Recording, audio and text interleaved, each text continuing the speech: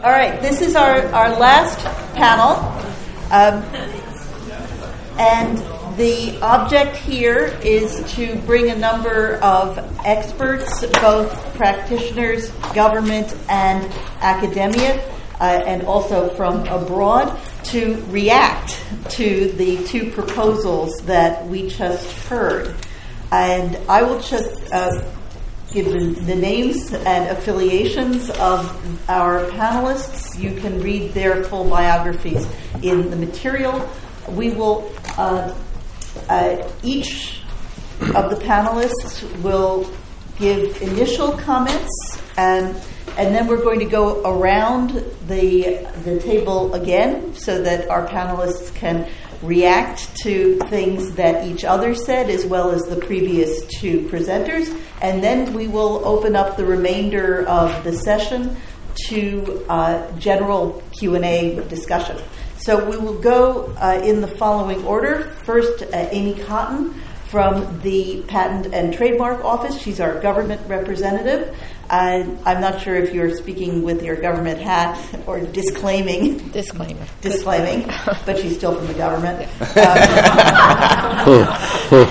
And next, Bob Weigel at the far end, who is with Gibson Dunn and also represented Gucci in the Gucci and Frontline case, which you have in your materials and which has been referred to a couple of times in the course of the day.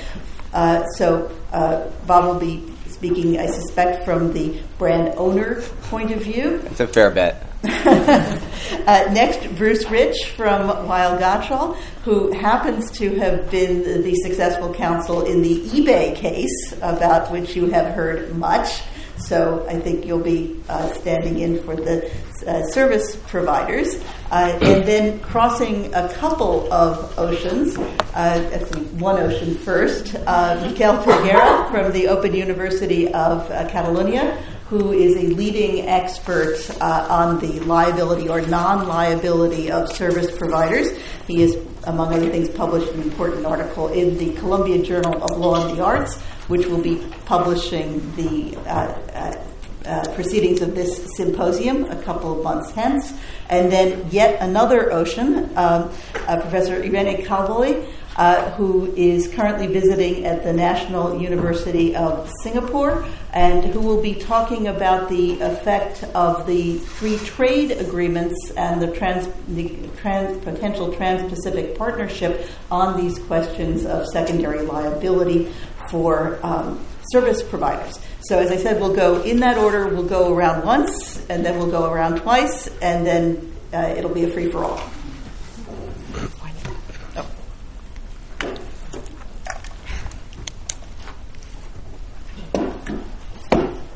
Thank you, Jane. I'm wearing my invisible government hat, so watch out.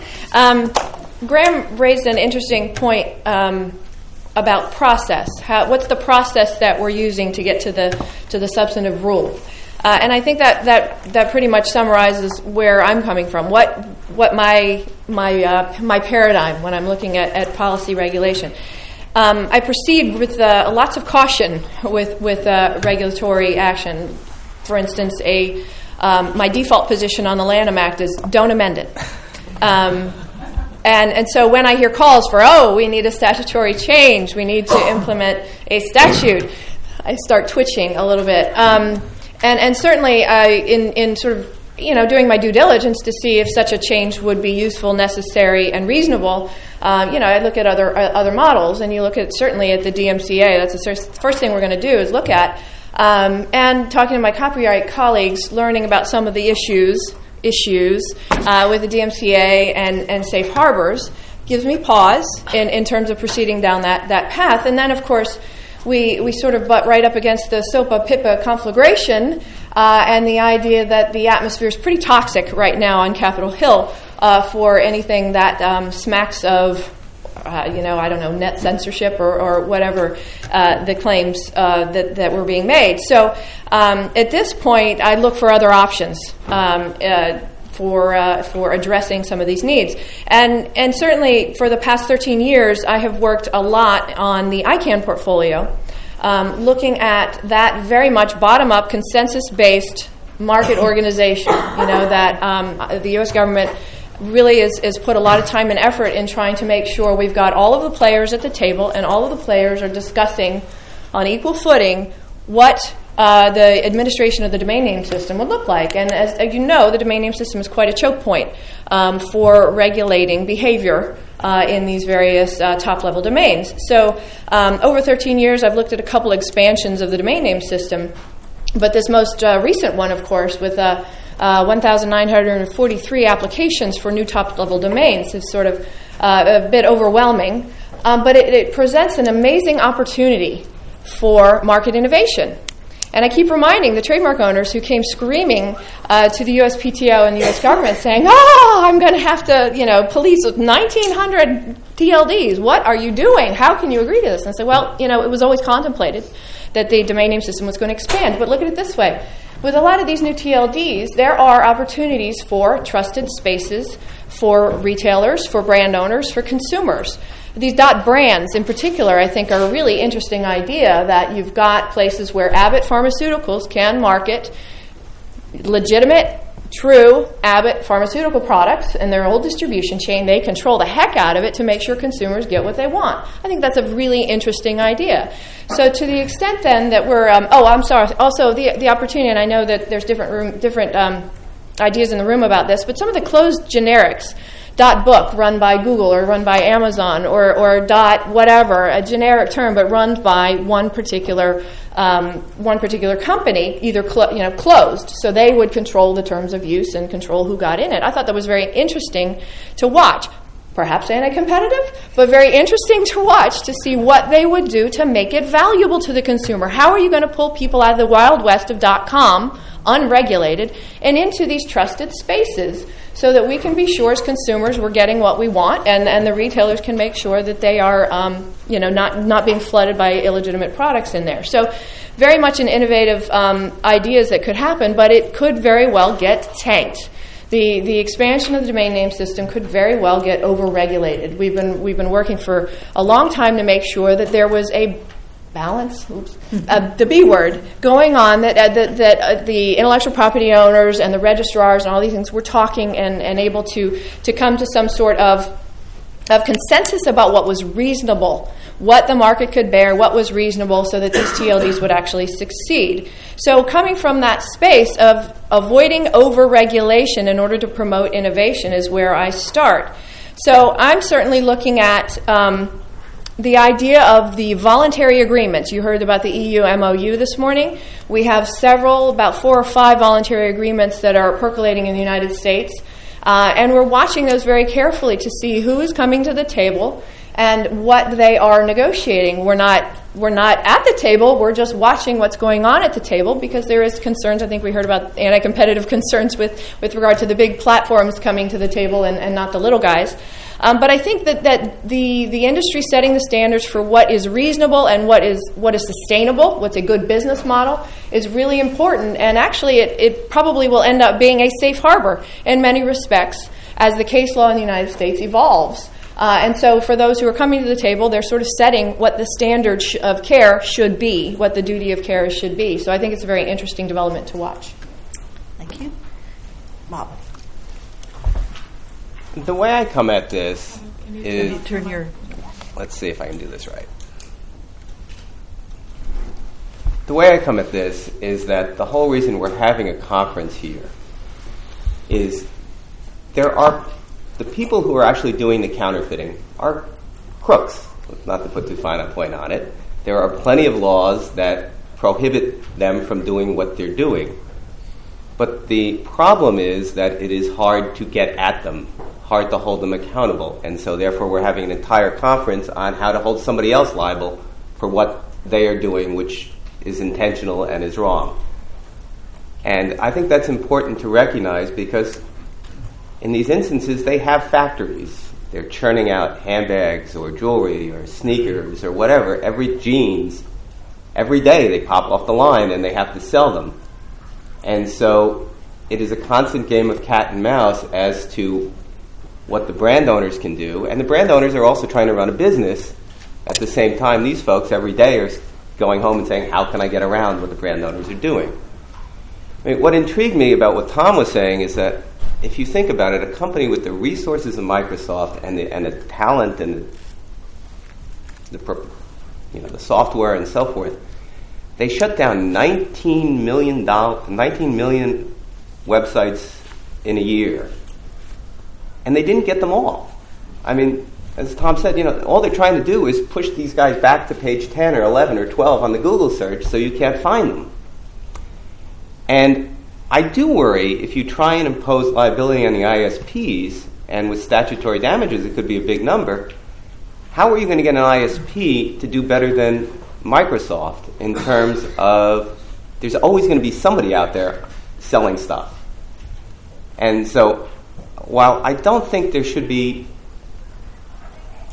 clearly if the ISP has notice, they should be liable. If they have notice and they keep doing it, they should be liable. But I do think there's some flexibility as to where the should have known about it lies, because I think as the technology keeps getting better and better, there may be ways to determine, for an ISP to determine that either electronically or at low cost, that this website is selling fake stuff. And people are coming out with new techniques all the time to try and say that we can tell the electronic signature of this website. They've left some sort of fingerprint here, and we can scale that across the web and find other places where they've left that signature. And that may become feasible over time. But I'm also going to take a somewhat radical position and say it doesn't matter. Because if you stop all the responsible ISPs, the folks who have assets, the folks that you could go against, from hosting these websites, you're still going to end up, all you're going to do is end up pushing the websites to ISPs in locations that are difficult to police and difficult to enforce. And I've gotten injunctions against counterfeiters and presented them to an ISP, and in that case it was China, and they basically told me to pound sand. And there were other ways we were able to shut down the website. But I think what you're going to end up doing is there are alternatives for counterfeiters besides the traditional websites. I mean, besides GoDaddy and so forth. And it's going to be, it would be good to stop GoDaddy from allowing people to register fake domain names, but it's not going to solve the problem. It's just going to push the problem to a different place. The way I look at the problem, when you look at these websites that are selling fake products, it's fog. I mean, there's nothing that's true on that website. The pictures are not pictures of what they're going to get when you order it. The pictures are pictures of probably the legitimate goods.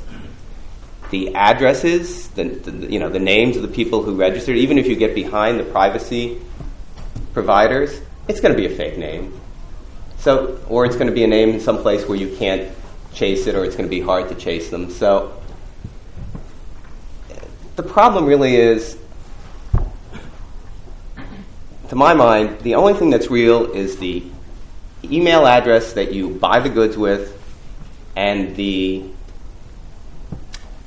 way that they process the money that you send to them.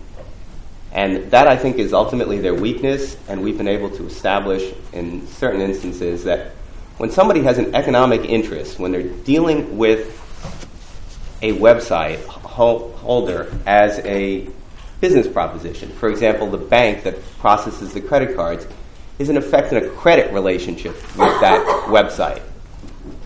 And because they are in effect lending money to that website every time they process a sale and give them the money of the sale, they know what that business is. And those banks are legitimate, and those banks have assets, and if you can hold those banks accountable, then you can make it that much more difficult, because somehow the goods have to come across the ocean and the money has to go the other way. And the only way you can really do that is through the banking system.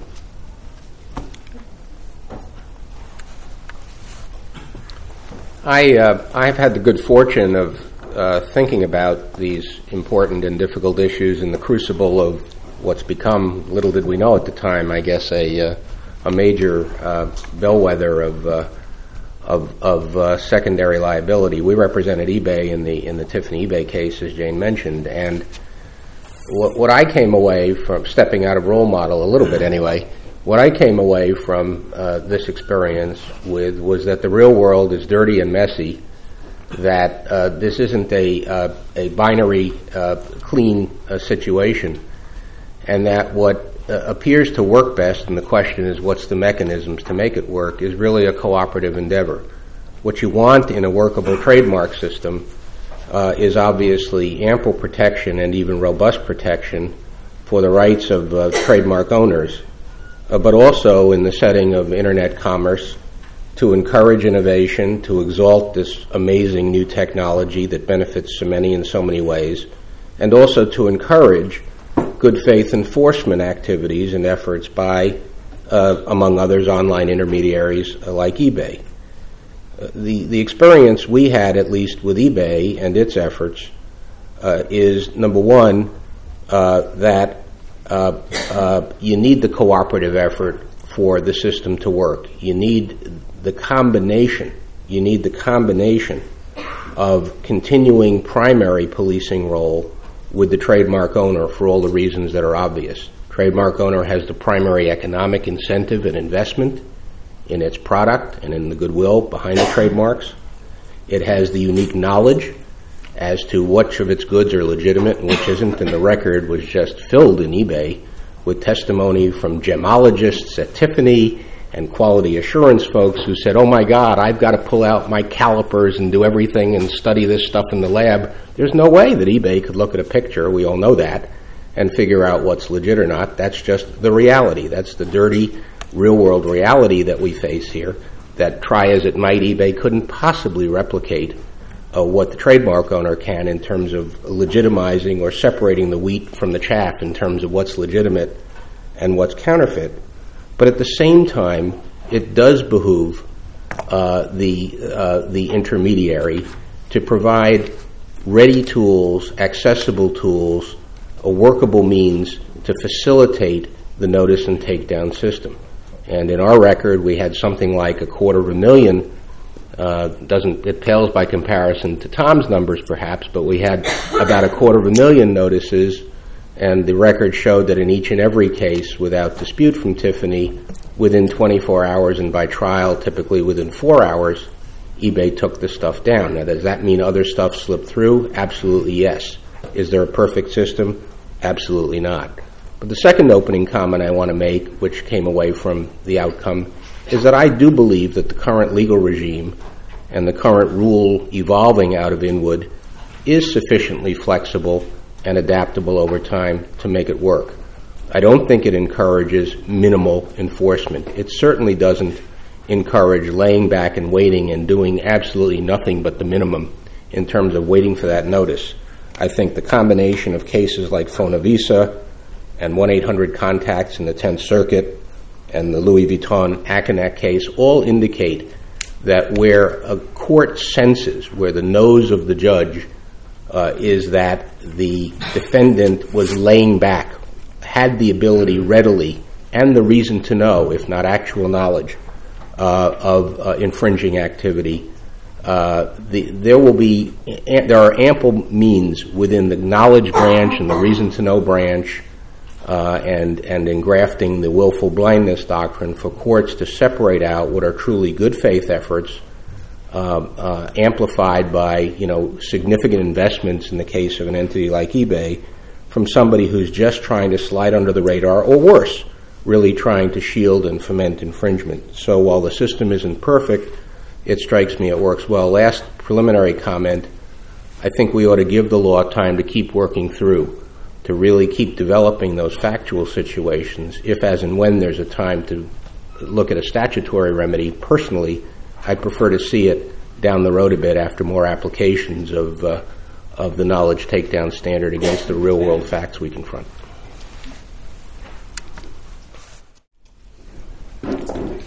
Thank you very much. First of all, I would like to thank Professor J. Ginsburg and June Desset for the most kind invitation to participate in this great symposium. So thanks so much.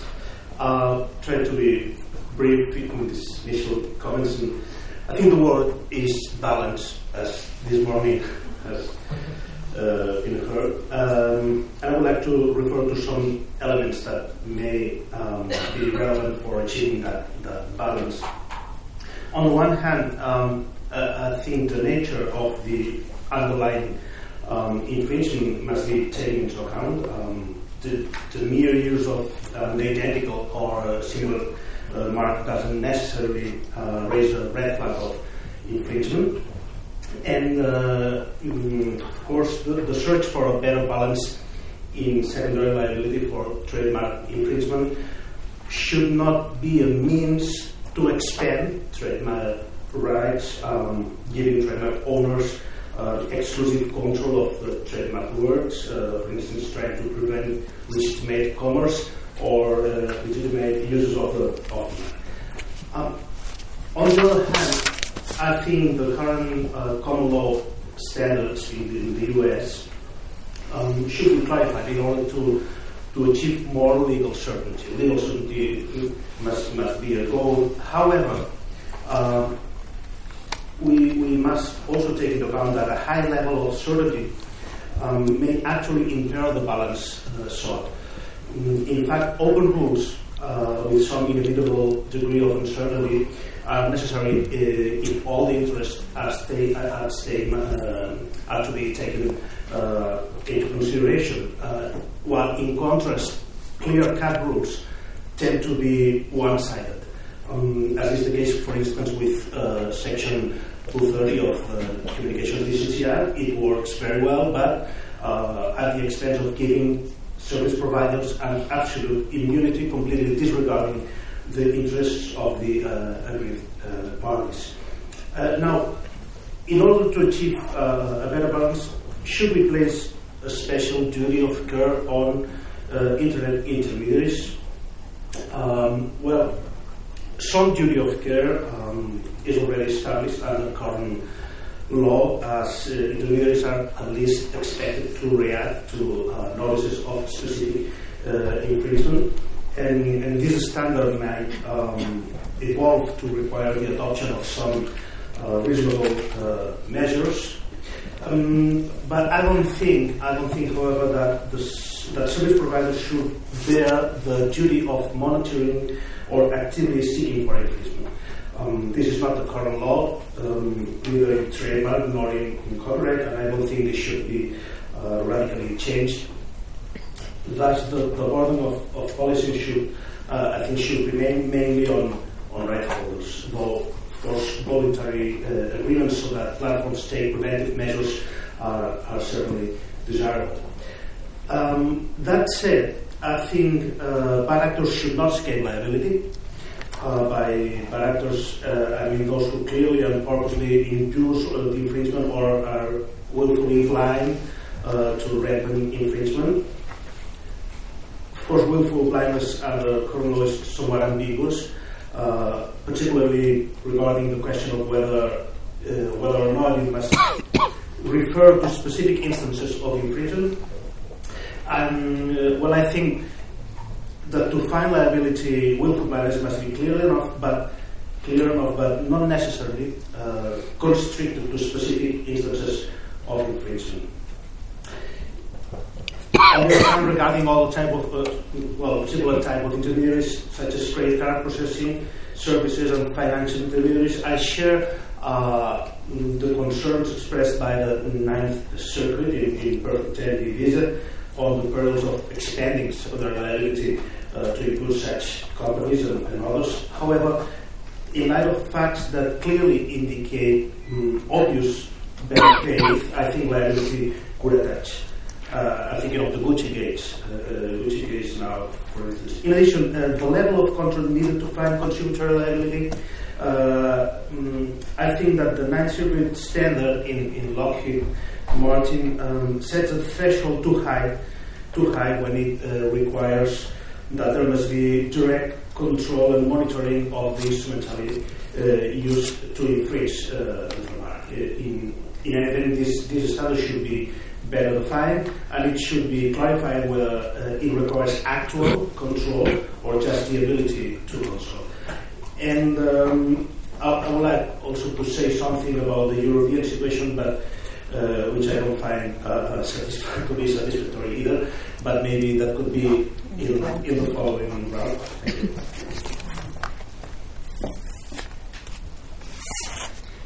Good afternoon. I also would like to thank you, Professor Ginsburg, Professor Bassett, and and everybody here from the law school for this very, very good event and the kind of invitation. And also I would like to thank you all the speakers so far, because I think we have learned a great deal from all the contributions today. I would like to limit my remarks to, at least in this first round, to 2 points primarily. I would like to briefly react to some of the remarks that have been made today. And I would like to talk about the harmonization and the challenges to harmonization.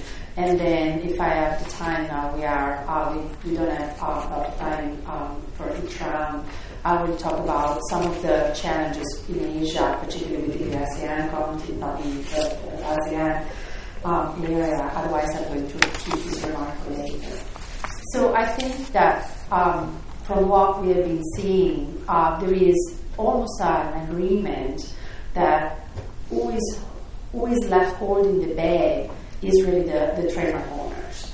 And that is not a punishment, though, for the trademark owners. It's rather an opportunity for the right holders to implement their monitoring and being able to notify what are the type of infringement they really care about. And nobody else could do that better than the trademark owners. I think that the case law in the United States, in particular, perhaps also in Europe, has made us realize within the past several years that this is perhaps the best approach. At a certain point, certain trademark owners were more interested in pushing for more liability for the internet service providers, but it is, of course, a matter of cost. But I think that with the court pushing back, we've got to an efficiency system.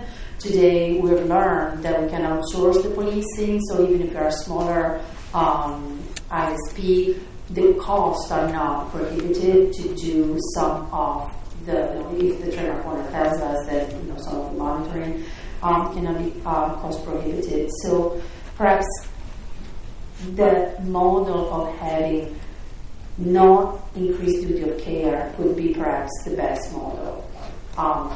From what Professor Dogan told us this morning, we see this struggle between morality and fairness and efficiency, and so we want to punish the bad guys. At the same time, we do want to permit the platform to be able to operate, because they are useful for consumer, they are useful for the business, they are useful for innovation.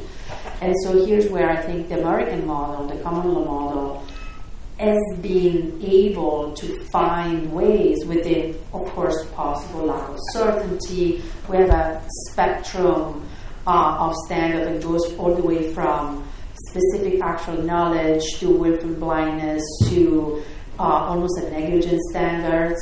But it's really we see the bad guys, and so we know when we see it standard. I know Professor Dogan argued that. I've really been deferring to Professor Dogan in a chapter I wrote on the US side as well. I think that is, at the end, a possible good model based on sort of a zoning approach in the United States.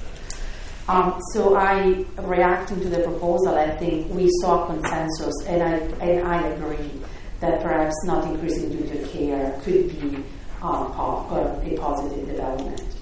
Going to the harmonization, and here is where I just give my couple of remarks and I continue later with Asia. I think that one of the main remaining problem in harmonization, whether it's within the EU or more on an international level, is that we still are dealing with two different types of jurisdiction, common law and civil law. And while the common law does rely on judicial precedent, the civil law does not rely on judicial precedent in the same way. It's true that the common law is heavily statutory law now, but is not statutory law in secondary trademark infringement. And we can't escape the fact that in civil law, we don't have the same principle of stare decisis that we have in common law. So the search for some statutory rules or statutory standard in the civil law context might also be a reason. I mean, the reason might be the lack of being able to rely on judicial precedent, as we can easily do in the common law.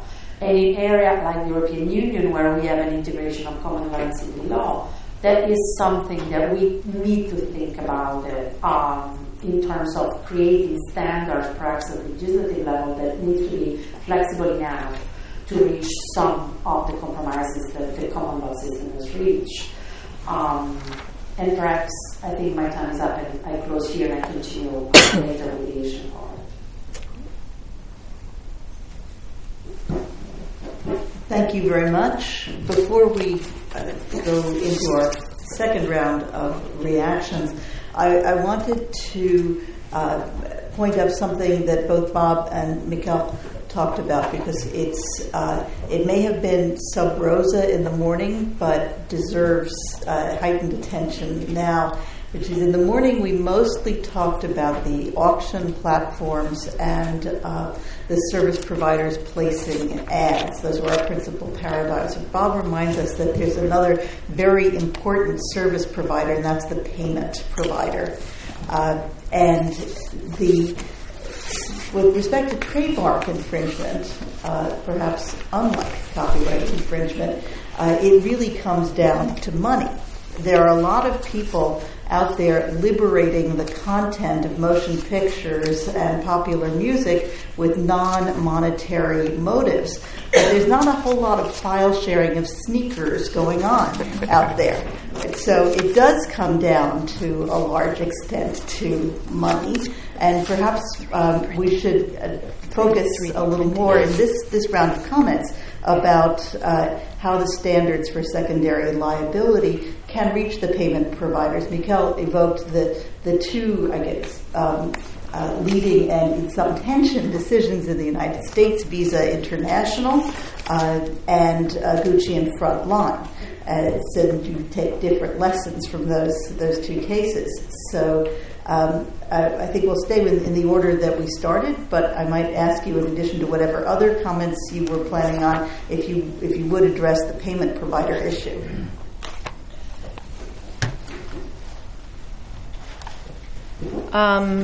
Actually, I think I'll take you up on starting with the issue I was going to deal with first, and then we can go to payment processors. One of the reasons why I am reticent to engage in the statutory notice and takedown paradigm at this point is because it could very well be overtaken by events with the development of technology. I'm trying to understand the cloud. I don't know if you all are as well. Having trouble with that. But there's a couple of different issues that are coming out. Cloud computing, what's the obligation of a cloud service provider with regard to secondary liability? That remains to be seen. This new idea of content curation, where rights holders, are they going to be able to identify the physical location of offending content that is retrieved by the curator? What this is mobile applications. So if you have a mobile app that tells you what gas stations are close by, you're not going to be able to figure out, there's no central takedown point. So how is notice and takedown going to help you if there is no central, everything's floating in the cloud, and these new mobile apps are pulling down from the cloud, there's no central takedown point to get at it anyway. Certainly, it seems like to me it's going to end some sort of reliance on that. And I think another point to think about, which in light of the domain name expansion process seems a little scary, is that, are we moving away from URLs? Are we moving away from search? With this idea of the Internet of Things, scanning technology, is it going to eliminate the need for browsers and search engines when you can just scan in a QF, what's the code? The scanning code, and it takes you directly to where you want to go. The idea of this new collective intelligence Can rights holders retain control over the public image of their brand when the online community increasingly wants to provide feedback about the brand? So the brand's going to pop up all over the place, and how are we going to, brand owners going to be able to control that? So with that on the horizon, and potentially on the immediate horizon, it seems a bit backwards looking to sort of legislate a notice and takedown statutory regime. But certainly, I think that's seems to be pretty well embedded in the system. Certainly, it could be regularized. The notices could be better regularized, and I think that the voluntary agreements that are going on in Europe are informing that process in the United States. And I will refer you also, since we're talking about payment processors, there is a voluntary agreement with payment processors. The hook there is they're all trying to make it so that the terms of use for that particular payment processor has a provision in it that says if you violate our policies, we'll terminate you. Terminate your account. They're powerful, but I don't know.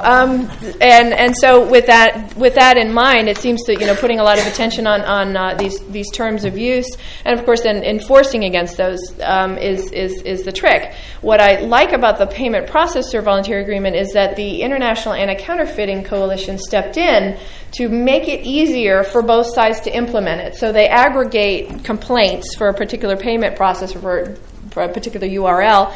They aggregate those complaints and deliver those to the payment processors in a standardized form, and sort of greasing the skids for the whole process. So another way where the industry is stepping in to promote communication between the two sides so that it can be a more efficient process. Well, you mentioned the perfect... Sorry.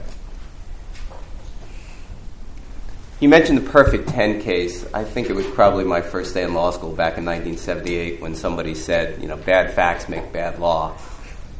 If you just hear the facts of the case, one pornographer sued Visa because another pornographer had taken his pornography and was selling it on the internet and was accepting Visa cards.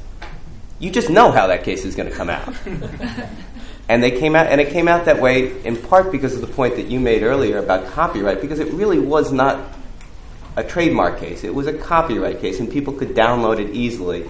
And the court held that you didn't need to take money to infringe on this person's pornography. Judge Kosinski dissented. I don't know what that means. But the Frontline case that we argued was a hard goods case. It was pocketbooks. And as I think Jane said, nobody is giving away pocketbooks. You need to get paid, and they get shipped over the ocean. So somehow their money has to go back to where they're made. And how the Visa MasterCard system works is probably beyond the scope of my 4 minutes or whatever. But basically a merchant contracts with a bank to process their credit card transactions. And the merchant then will, at the end of the day, present their transactions to the bank, and the bank will give them 96 cents on the dollar, and the bank will then process it through Visa, and it will end up on your credit card statement eventually with your bank. But the bank is actually lending money to the merchant when they give them the money at the end of the day, the 96 cents on the dollar, because if the transaction doesn't go through for any reason or gets reversed, or somebody complains that I got a fake instead of a real thing, or it broke apart or something, the bank is on the hook to Visa to refund that money, and then they have to go look to the merchant. And we were able to use that process to say that the bank is performing credit functions, credit analysis on its merchants before it agrees to accept them. And by having that interaction, they knew what they were doing, and that's how we convinced the court not to dismiss the case and to hold them that they were liable. In the other case, one of the folks was an agent of the bank whose job it was to go out and sell credit card processing services to various merchants. It's a big industry that none of us probably know anything about, but people do go and present to a merchant and say, I can get you credit card processing services. These folks were advertising that they could do things that nobody else could do, or they would take on products that nobody else would take on. So they would take on pornography, they would take on herbal supplements, and they would take on gambling, and they would take on replica websites. And so on that basis, the judge found that we had stated a claim under the grounds that they were inducing people to commit trademark violations. And at the end of the day, if you're shipping goods, the money has to go back. And that really is the only thing that's real on any of these websites, is the money has to get to the person who makes the stuff somehow. And if you can get in the middle of that, and if you can hold the people liable who are actually looking at the merchant, who are interacting with them in some way, having a business relationship, so that other than, you're not talking about scanning websites, but somebody who actually reaches out and has some economic interest in knowing what this person does. And if you can hold them liable, if you can disrupt the payments, then I think you can actually make some progress here. And I would just want to differ a little bit with this concept that it's so hard to tell whether some site is selling fake stuff. If you look at a website and they're selling 150 different Tiffany jewelry products, and they're shipping it from China, and they'll say we're shipping it using EMS, which is the Chinese Postal Service, that's a fake website. I mean, I know that. I may not even be able to go to court and say that just yet, but you know that. And why can't we have a system that imposes at least some requirement on somebody to shut that down until that somebody comes up and says, oh, by the way, my grandmother gave me a really big pile of Tiffany stuff and I'm trying to sell it. Because that will never happen. So it's really a function of who pays for the cost of looking at these websites and shutting them down. Because I mean, in reality, everybody knows. You know, there'll be some around the edges, but certainly I think there should be some sort of reasonable standard imposed upon the people who interact with these websites to say, you know, come on, look at it. You know it's fake. That was a good setup for me. The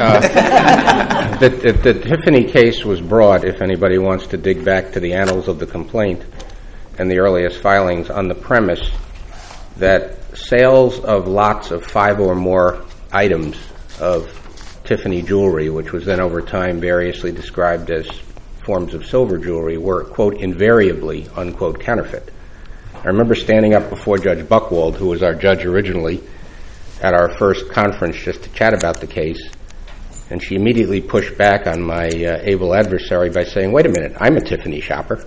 Are you telling me that if I decide someday, as I get my affairs in order, that I want to clean out some of my Tiffany goods and put them online, that I'm, going to be in that category of counterfeiter if it's a lot of 5? The problem is, and then the record, of course, demonstrated that you could walk into the 57th Street flagship of Tiffany as part of a bridal shower, let's say, and say, I want to buy 5 gifts for my bridesmaids here, and they'll gladly sell it to you. The problem is the assumptions of invariably, almost invariably, are wrong, and that finding that rule of reasonableness, therefore, let alone across, in the case of an eBay, 10 million new listings per day, is really an impossibility. And that's, again, dirtying our hands with the real-world reality.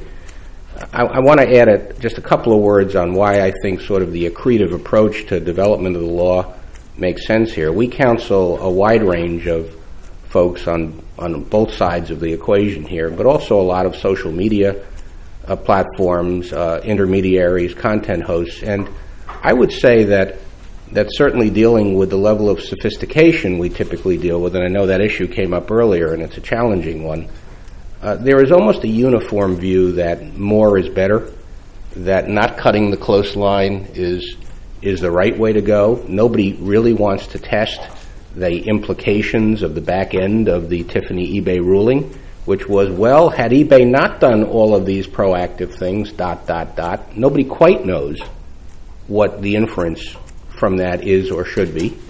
But nobody, at least I think in this day and age, really who is responsible wants to test it. I think there is a general view that there's a harmony of interest, that safe trading sites and places where consumers are going to feel they can trust the experience is a good thing. and that the more people can do proactively just as a business matter, that's also consonant with good legal practice makes sense. And I think all of that, again, is going to continue to shake out over time. Finally, on Jane's question, I'm colored by an experience of about 4 years representing Bertelsmann in one of the post-Napster environment cases, where Bertelsmann, on the theory that no good deed goes unpunished, lent $85 million to the old Napster to assist it to convert to a fully compliant subscription service.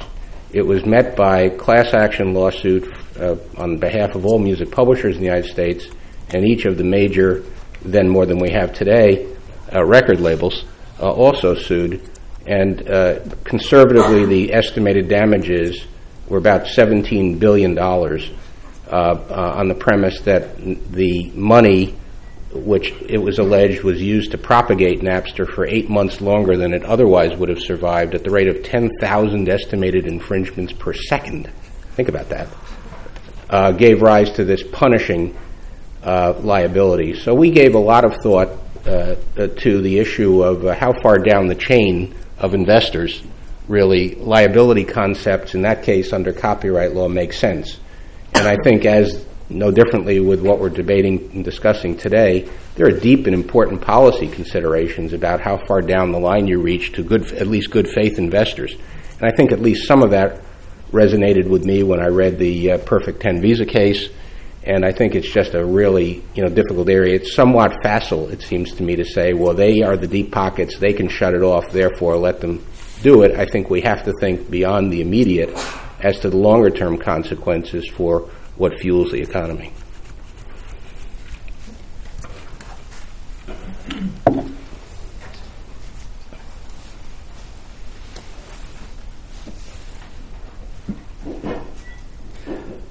Yes, I agree with what Drew was saying. We will have to think about the consequences, and there are clearly dangers in expanding liability to this type of intermediaries. So the mere fact that the payment processor is able to stop the transaction or to make it more difficult for those transactions to take place is not enough to find liability. But the standard used in Gucci, I think it's fine with me. I mean, clear intent and knowledge plus this material contribution that should be enough to find contributory liability. And that said, as I was reserving these final comments on the European situation, it's as you know, in Europe we have this horizontal safe harbor scheme, but there are problems. There are problems as well. Not only because of the different traditions in every national law, but also because of the interpretation of the safe harbors by the European Court of Justice. For instance, to benefit from the hosting safe harbor of the e-commerce directive, the European Court of Justice has established a prerequisite that the service provider has not played an active role such of a kind as to give it knowledge or control over the data store. I think this prerequisite is too stringent and doesn't comport with the actual language of the directive. Actually, it was taken from a recital that was not actually dealing with the hosting safe harbor, but with mere conduit and caching. In any event, I believe intermediaries should be given more freedom to take voluntary preventive measures without the fear of falling outside of the safe harbors for not being neutral enough. So that threshold should be lowered to avoid this situation. On the other hand, as we've seen this morning, when defendant doesn't qualify for the e-commerce directive, safe harbors. There is no harmonized regime for its potential secondary liability, as it depends on the national law of the different member states with very different material regimes in each of them. In addition, injunction relief is crucial, and nonetheless the e-commerce directive leaves it completely to national law, with the only limit that the relief granted doesn't amount to a general monitoring obligation, which doesn't include obligations in specific cases, which is a distinction that the directive establishes in 47 recital.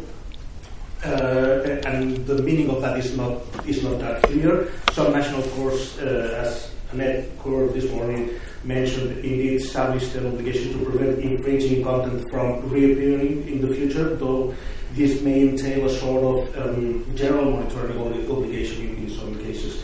And I think that's the limitations on injunction relief should be clarified, and as well the relationship between the enforcement directive, Article 11 of the enforcement directive, with Article 15 of the Commerce Directive should also be clarified. And finally, as a general remark, I would say that communication and cooperation between internet platforms and right holders is of the utmost importance, and some type of notice and take action procedure.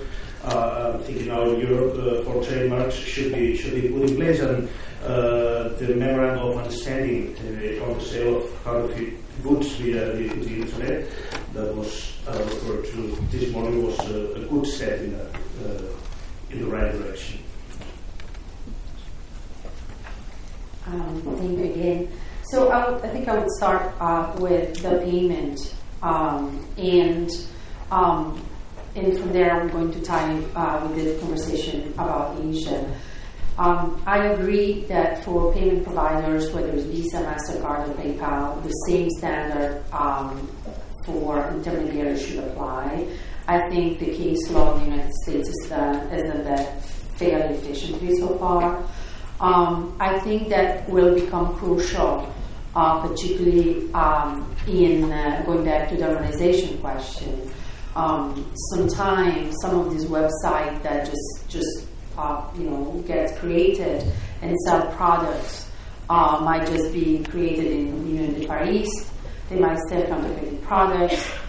We might buy them. We don't know whether service provider is located, and then we pay the products with PayPal.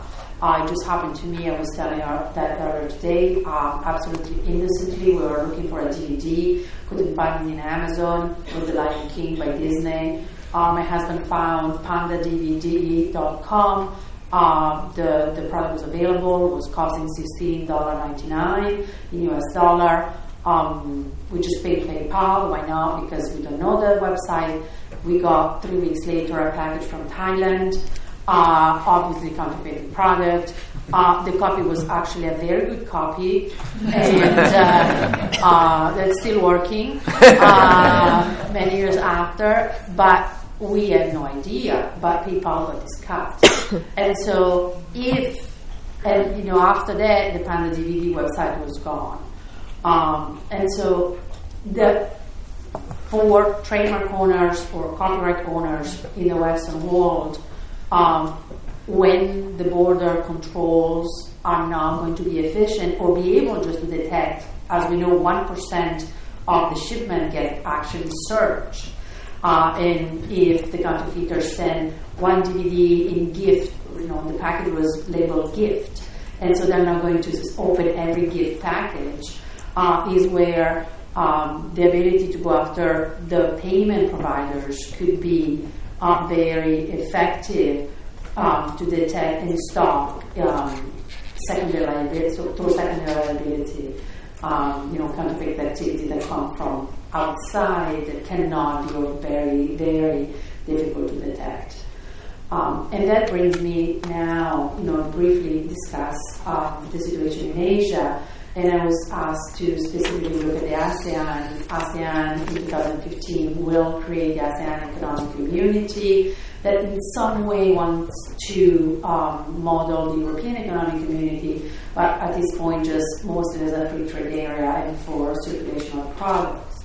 What I found very interesting is that ASEAN, which again is countries, 10 countries, 2 of them, actually 3 of them at this point are common law countries, Singapore, Malaysia, and Myanmar.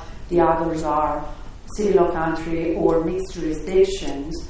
Doesn't have a concept of secondary liability as the United States has or Europe at this point has. In most jurisdictions, still we see either no mention at all of secondary liability, or we still look at primary liability. Interestingly, the Singapore Trademark Act, the effect of using a mark without packaging or other advertisement, without knowing that the trademark owner has given the consent, is not considered trademark use. So within the primary infringement rules, we have almost a secondary infringement built into it, and I can elaborate about. I will elaborate about this point in my paper. But apart from that, in all the other jurisdictions, there is nothing.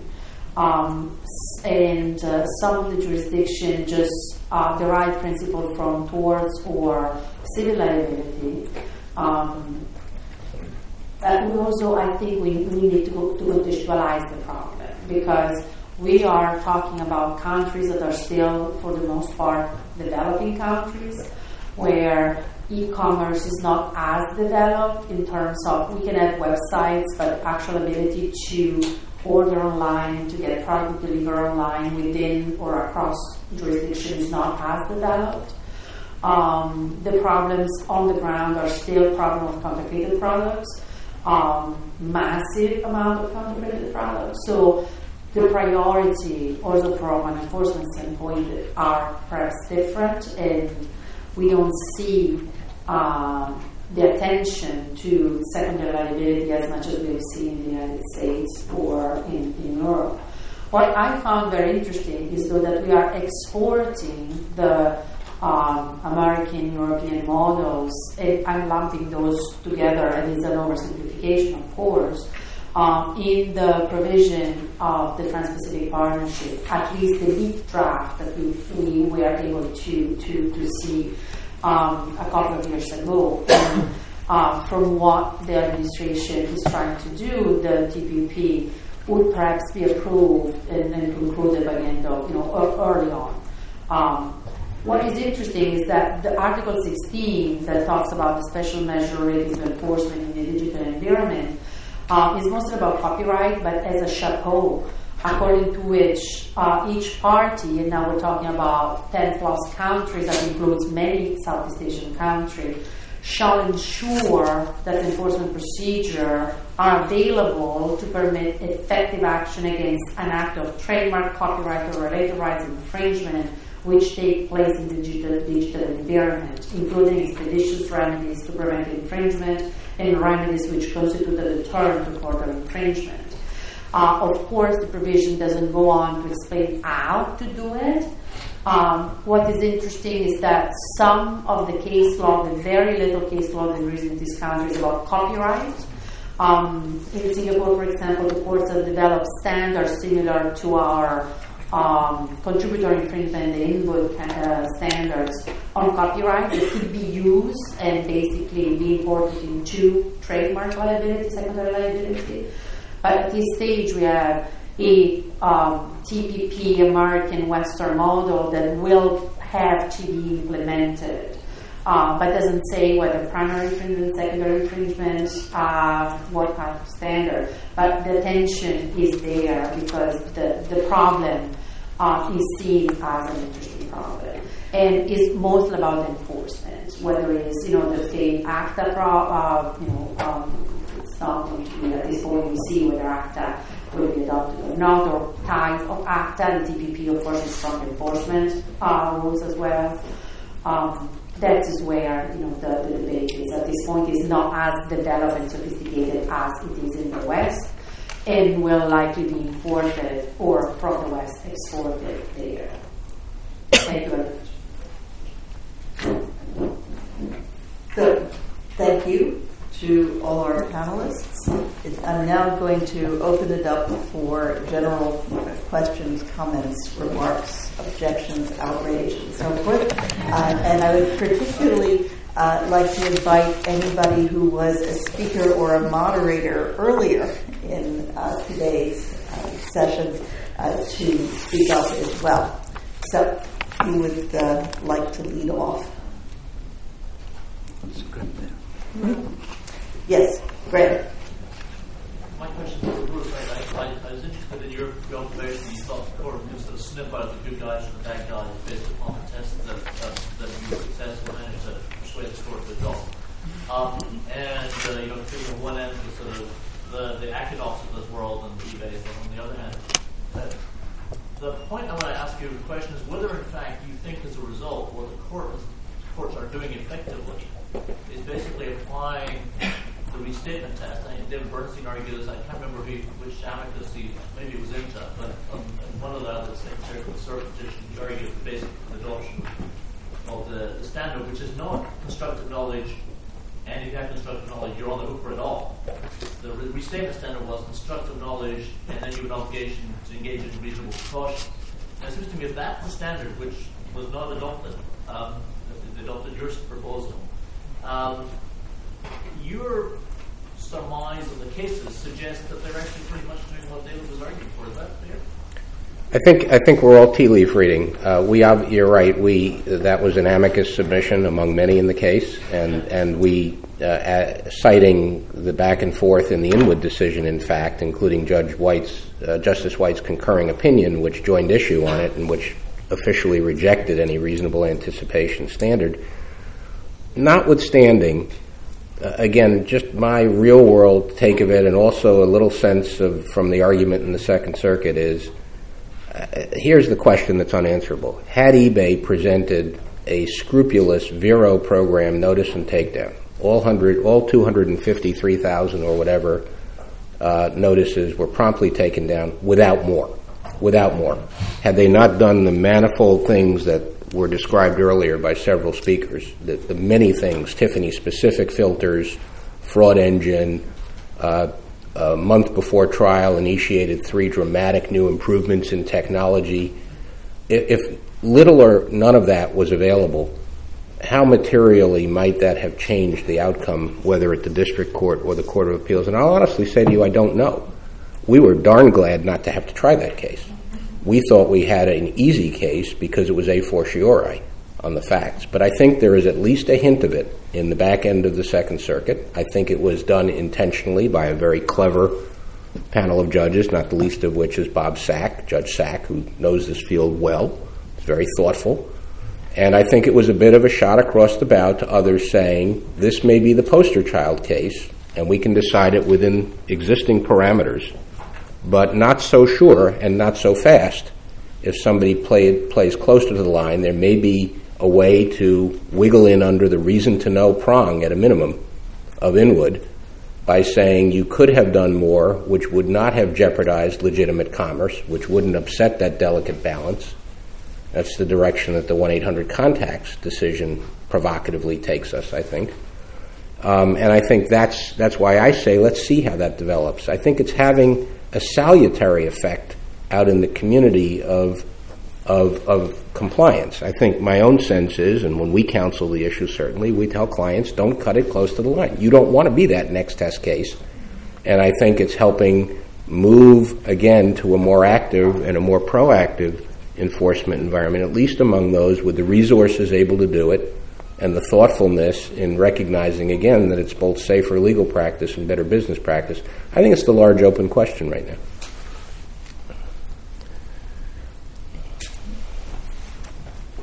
So I want to go back to what Amy talked about, and also Graham talked about it in the morning, the private ordering part.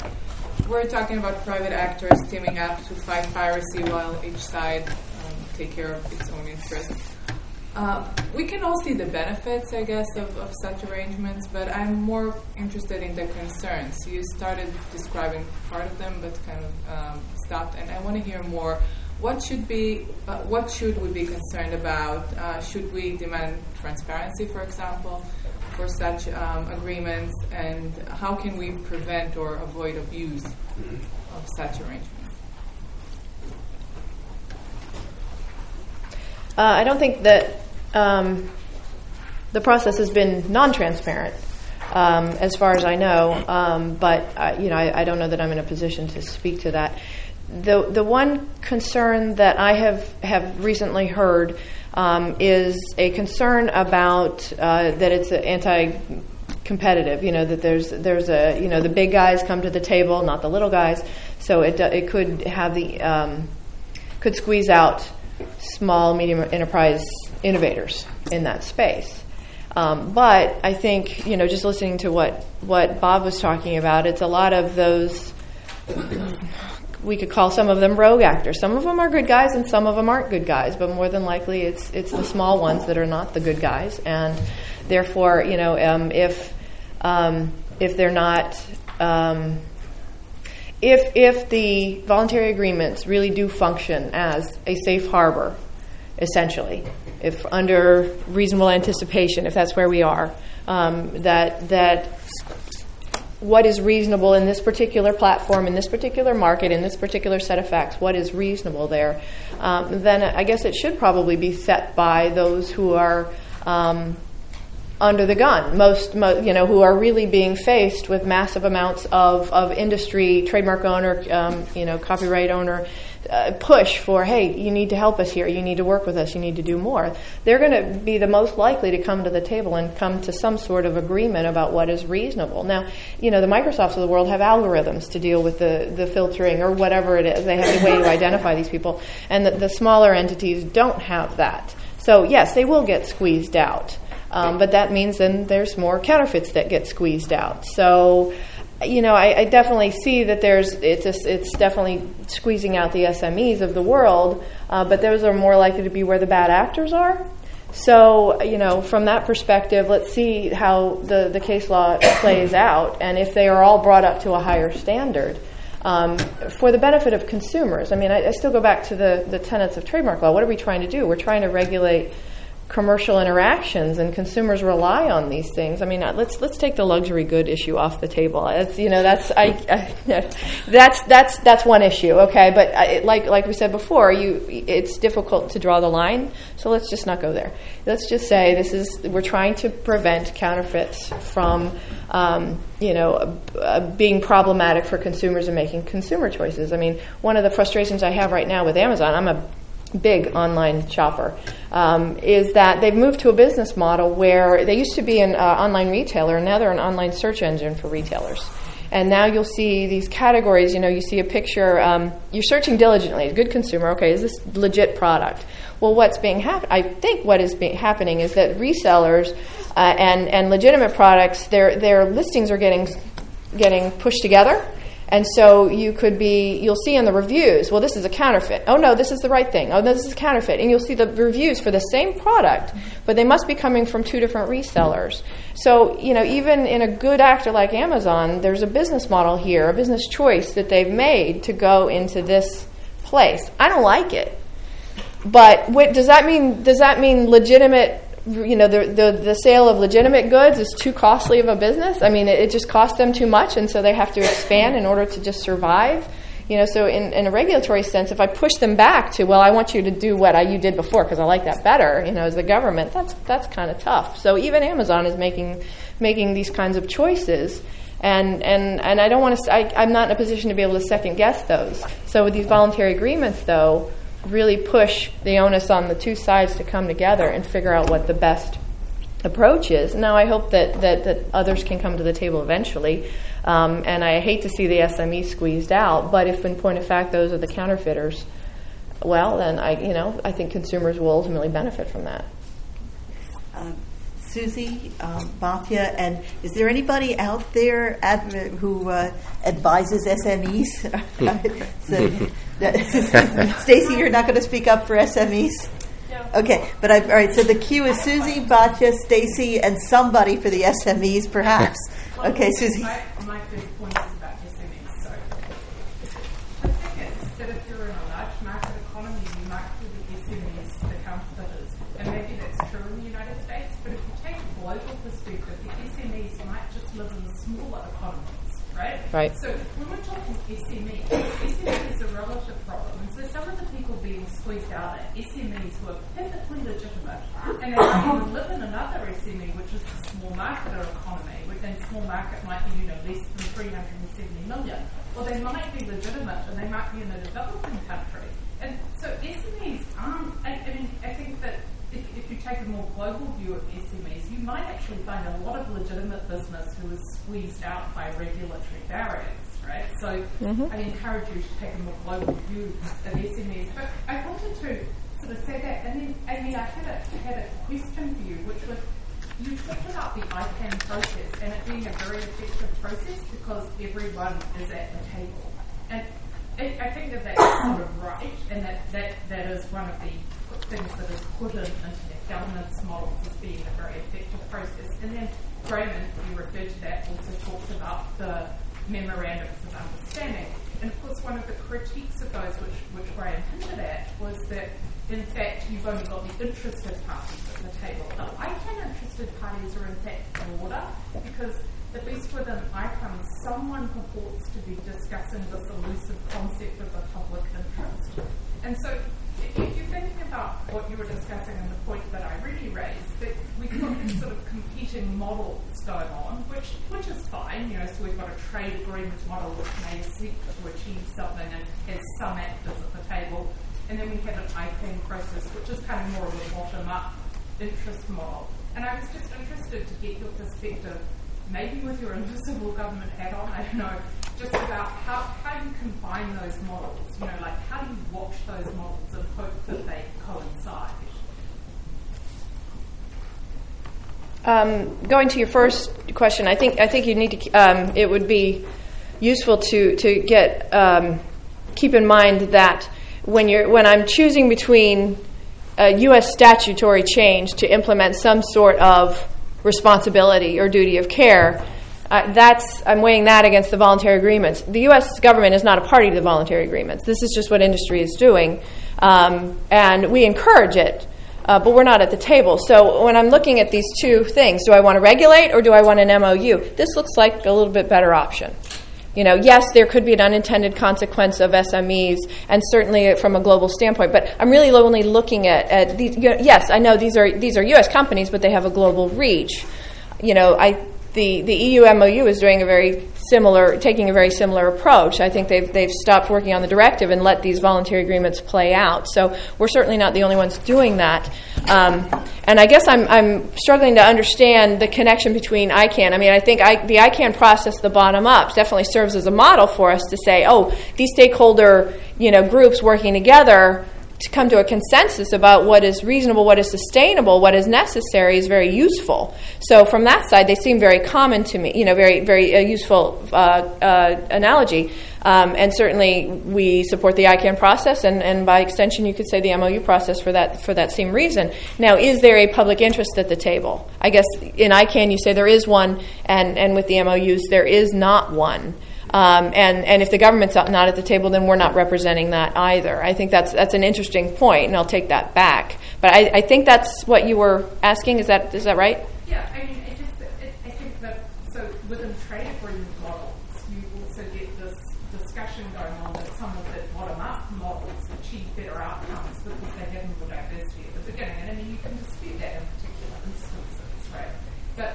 And then non-trade agreement models like ICANN, which is international, even though it might be based here, right? You also achieve that outcome, and often that's thought to be because you refer to the diversity of voices, and I just added in there the public interest one, whereas the trade agreement model is often critiqued because it's true or not, but it's critiqued because the public interest is missing. So if you achieve a sort of a private ordering solution in this space, or you let that occur because it's better than regulating. I'm just wondering if down the road you then have a problem with getting some kind of global coordination around that if you haven't had the actors at the table in the first place. That's really what I'm thinking. It's not easy to answer, it's just more thinking about it, like who's going to do which table, when and why. Let me make one comment. Just when I tried to tee up work at the Standing Committee on Trademarks at WIPO on this topic to share experiences, I hit a brick wall. I was unable to get any discussion about it, and I think, whether that was because delegations wanted to reserve their ability to move within their own borders and not have to go on record saying what is or should be, or that they did not want any international consensus on this point because it was just premature. I don't know, but I wonder, that it is a question if everybody's preserving their space to move in trade agreements, are these MOUs locking us into something that we don't want to ultimately export? But hopefully, if we're engaging in the process, I'd like to think that if that's the way that the industry has figured out how to regulate itself, that we would support that, and if we wanted to try to export that, because we think that would be useful for our stakeholders and useful for IP owners in other countries, then I'm hoping that those interests would align. But it could very well diverge. That's a good point. On the same point, I think when we think ICANN, we think of a very different. ICANN is vital for the organization of the domain name, but ICANN is a very American type of resolution of dispute that is fast and very effective, but has been basically imposed on everybody else, which is perhaps a positive way. Otherwise, it would just be very, very, very complicated, and as a result, we also have the domain name system arbitration center within WIPO. But something that I don't think has been mentioned today has been back in, I think in 2001, WIPO had a joint recommendation on trademark infringement on the internet that has been revisited in 2011, and there has been more talks about it. I know because the WIPO office in Singapore has been digging every possible document to try to look at ASEAN based on my request.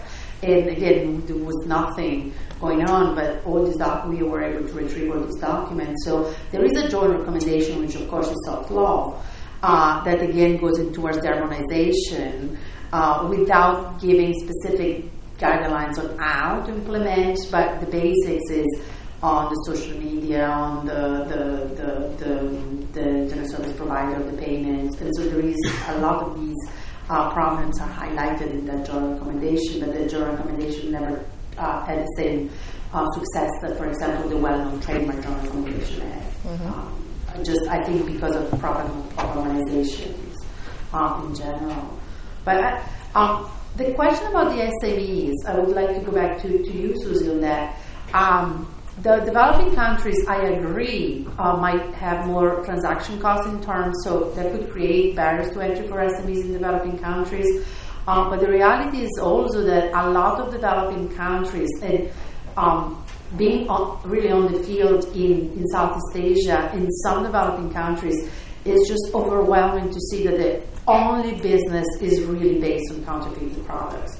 And so when scholars have been writing, also in the United States, how counterfeited products are an externality for developing countries to really prevent their flourishing their own products and economies, it's probably more true than what we would like to think. An whole economy in Thailand, a large amount of the economy is based on producing counterfeited products, selling counterfeited products, local people buying counterfeited products, and then online sales of these, perhaps that's the next step to come.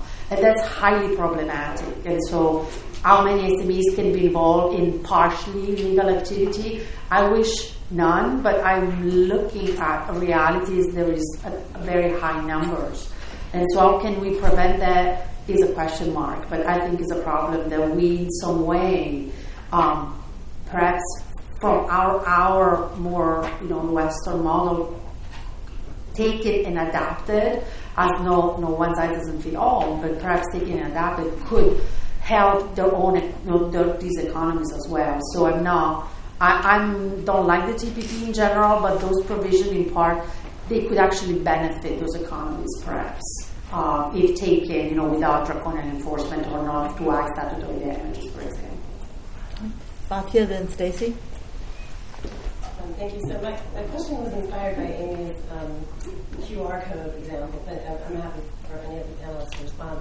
I was thinking about 3D printers and what that does. Sorry, I know.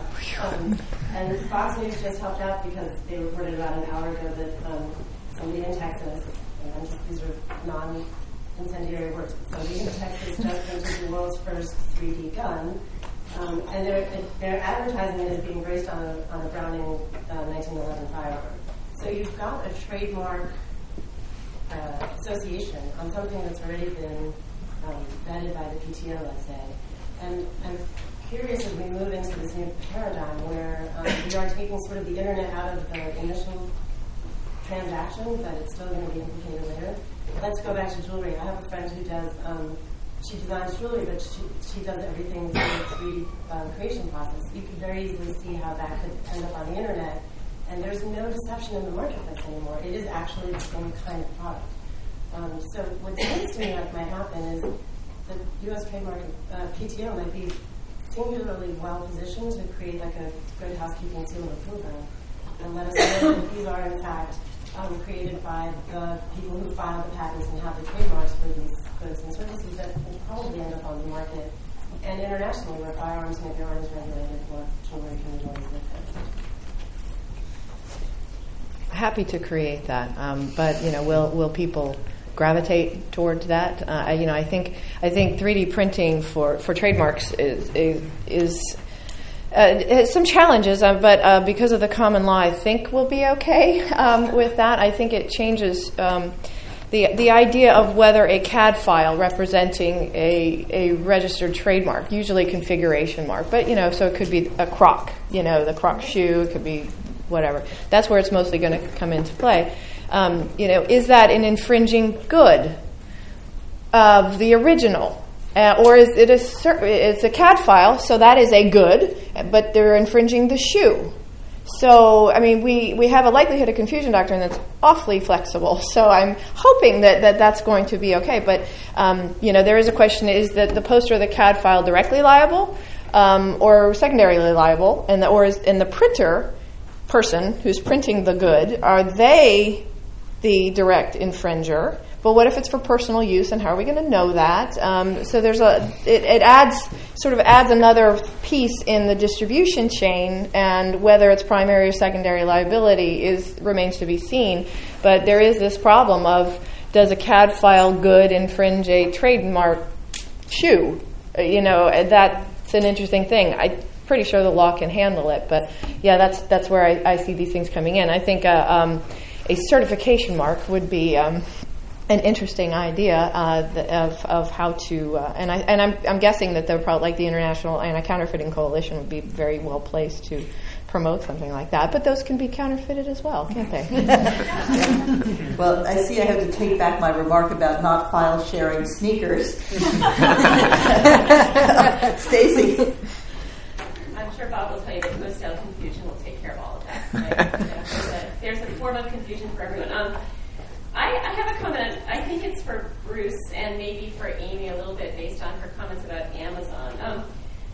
I agree that contributory infringement doctrine is developing in a way that allows for flexibility, right? That allows, of course, especially if you take into account local blindness. It allows for kind of contextual analysis of exactly what the defendant is doing in these cases.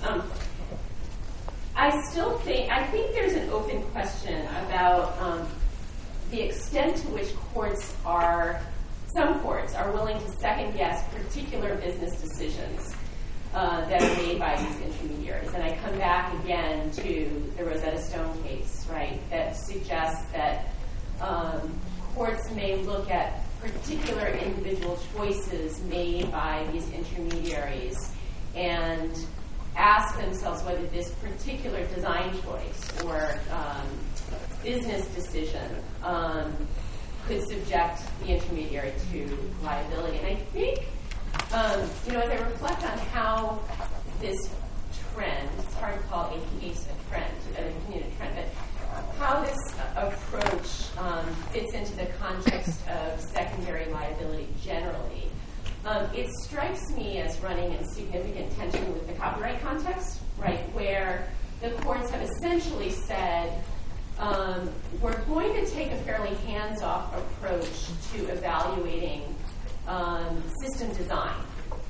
And as long as a system that is designed for both infringing and non-infringing purposes has substantial non-infringing purposes, then we won't impose contributory liability based on a specific design choice. And they've left the heavy lifting to be done by inducement.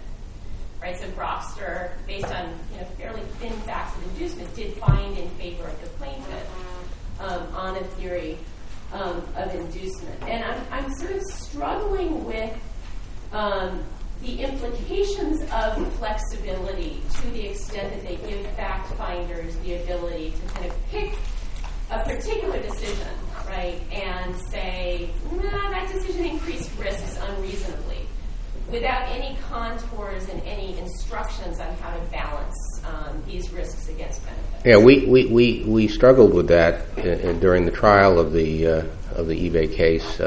As you would guess, all of these cases have experts, and this was no exception. And one of Tiffany's experts in data mining purported to provide a report. Sorry, I won't lapse into litigator mode. Provided a report. I respect Pat over there. Provided a report that attempted to do what you suggest, which is, I could have built a better system. eBay could have employed a more efficacious system, i.e., they didn't do enough. And we did the normal tools of cross-examination to impeach the both credibility and thoroughness of the report, but also, more importantly to your point, we put on a very senior executive at eBay who had responsibility for designing and overseeing the design of all of this. And our judgment was that if we could convince Judge Sullivan, our trial judge, that it's not about convincing the court that you came up with the best and greatest, but rather that you made prudent business decisions with the right goals in mind, recognizing you're running a business, that it had to be cost effective to implement it. And in effect, what this individual, whose name was Rob Chestnut, testified to was, we've had a lot of things in development. Some of them even sound and look familiar or similar to what this gentleman is offering, but they weren't ready for prime time yet. Our judgment was commercially and technically they weren't yet ready, and I think the coup de grace, again in the record that we developed, was just as soon as we determine something is there and ready and cost effective, that is, it won't ruin the business, we roll it out. And to me it was a question, and to our team it was a question of credibly convincing the court, not that you necessarily did every last thing imaginable, but that you really exercised sound judgment about all of these things. Now, it does begin to sound a lot like the reasonableness test, doesn't it, when you talk about all of that? And as I think about it, I think what we basically tried was a case that said we were reasonable, but you should judge this case under Inwood, because we had the flexibility and the ability to do it. So we sort of doubled down in a way on both, and we even dropped the footnote, as I think about it, in our appellate court briefing, saying even if that wrong standard were adopted, we met it on the record. But you're right. I mean, there is a tension there, and there is a risk that some judge would be persuaded or jury would be persuaded saying it wasn't enough. You could have done more, and I think that would be a mistake doctrinally, again, assuming that the record otherwise showed that the defendant was really, acting as prudently as they could and frankly making, in an appropriate level of investment. I actually think it's somewhat interesting because you've got situations where it's not necessarily in let's say Rosetta Stone, right? I mean, in theory, that ad is probably worth more and can be charged more if there actually is confusion, right? If someone thinks that by placing this ad they can get more sales, including sales of people who think they might be getting the real stuff, then there's an incentive to perhaps not push as hard as you could to make sure that there's no confusion. And I do think courts are looking at, at least in my case, in the frontline case, it was looking at what were the economic incentives and what was the level of contact that the defendant had with the counterfeiter. I mean, in this case, you've got, I don't know all the details of the Rosetta Stone case, but presumably an ad was sold to them. Now, maybe it was sold online, or maybe somebody made a call to these people to. No, it was online, completely different facts than the frontline case. Yeah. I mean, frontline, there was heavy involvement, right, of regular interactions, and pretty strong, as you proved, strong basis for finding inducement. But you have an incentive in a Rosetta Stone case, right? I assume it's a pay-per-click sort of operation. To the extent that more people click on that, there's more money to be had for I guess it was Google was the defendant in that, right? So you've got a situation where there is sort of an economic incentive to have that ad be successful, and that ad is going to be more successful if people think it's the real thing. So I think courts are looking at that kind of skeptically and saying, have you really done everything you could when it's really not in your economic interest to do that? Yeah, I mean, I think, and I'm sorry to follow up here, but Bruce would probably respond that actually Google has an economic incentive to make sure that these ads lead people to the products that they're looking for, and that people who bought crappy Rosetta Stone counterfeits online actually complained to Google. So I think you could quibble with your incentive story and tell exactly the opposite incentive story. And I guess the question is, what's the court to do when we have these dueling narratives about incentives, and we have a company that's basically involved in an essentially legitimate business that, by the way, does have a lot of legitimate uses. Even this business decision that it made was helping to call attention to legally sold products, right? So to what extent should the court get into the weeds, right, of second-guessing those business judgments? Well, I guess my feeling would be that in a situation where you're selling somebody else's trademark, you're on notice that this is an interesting, perhaps exciting area, right? I mean, it may be perfectly legitimate, as you said. It may be comparative advertising. Our product is so much better than Rosetta Stone, and that's perfectly legit. But if you're selling Rosetta Stone's trademark to somebody who's not Rosetta Stone, then I think there's probably a duty to be a little careful and to be on notice that perhaps bad things are going on, and you can't just put your head in the sand and just because you can sell it for a lot of money. Any other comments from the panel? All right, then I'm going to ask Pippa to come up to make some concluding remarks and also directions for the reception, I assume. Yeah.